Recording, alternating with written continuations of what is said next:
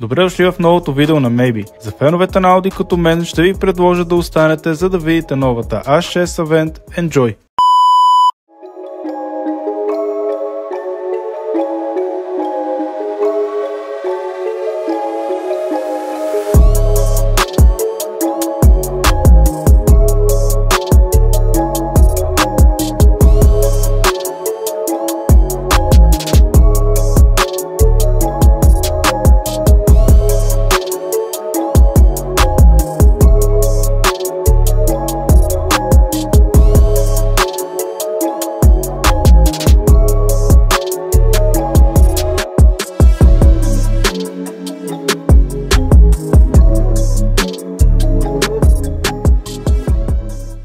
A6 се нарежда едно стъпало над показаното през миналата година A5 Avant и определено изглежда като неговата подобрена версия. По-любопитното в случая обаче е, че неговото поколение на A6 C9 дебютира именно като комби, докато седанът ще бъде показан през следващия месец. В сравнение с предишното поколение, новото комби A6 е по-дълго с 60 мм или 4990 мм. Междуосието от 2927 мм е почти идентично с това на предшественика C8. Също се отнася и на широчината от 1880 мм. Базовата версия на новото Audi A6 Avant в Европа има 2,0 литров бензинов двигател с турбокомпресор с 204 конски сили и 340 Нм въртящ момент, докато по-икономичният двойка TDI с мека хибридна технология развива същите 205 конски сили, но повече въртящ момент от 400 Нм.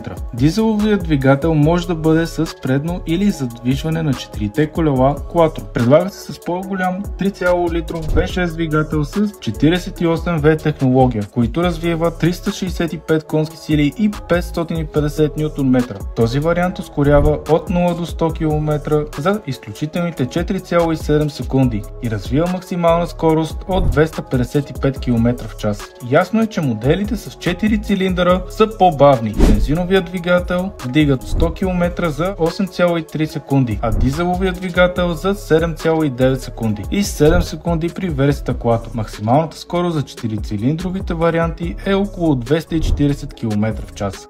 Инженерите на Audi също така са променили автоматичната трансмисия с двоен съединител за по-малко шум, а версиите с 19-солови джанти или по-големи получават абсорбатори на шума с пръстени от пяна, за да намалят вибрацията на въздуха в гумата.